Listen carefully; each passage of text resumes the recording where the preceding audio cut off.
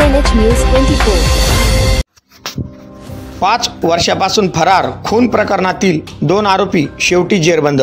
पोलिसांची थरारक कारवाई। अहिल्यानगर कर्जत पोलीस स्टेशन लॉकअपचे गज तोडून 10 फेब्रुवारी 2020 रोजी पलायन केलेले आणि तब्बल 5 वर्षापासून पोलिसांच्या नजरेआड असलेले खुनाच्या गंभीर गुन्ह्यातील 2 आरोपी अखेर स्थानिक गुन्हे शाखेने जेरबंद केले। ही घटना 2018 मध्ये टरबूज व्यापारी हसन उमर शेख यांच्या खुनापासून सुरू झाली होती। आरोपींनी व्यापाऱ्याचा गळा आवळून खून करून प्रेम भीमा नदी पात्रात टाकले होते। या प्रकरणात अटक झाल्यानंतर आरोपी अक्षय रामदास राऊत 28 वर्ष आणि चंद्रकांत महादेव राऊत वय 30 वर्ष यांनी लॉकअपचे छत फोडून पलायन केले होते।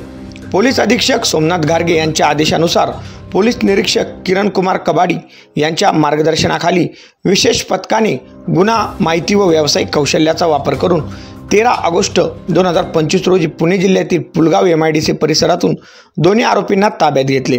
सध्या आरोपींना कर्जत पोलिसांच्या ताब्यात देऊन पुढील तपास सुरू आहे।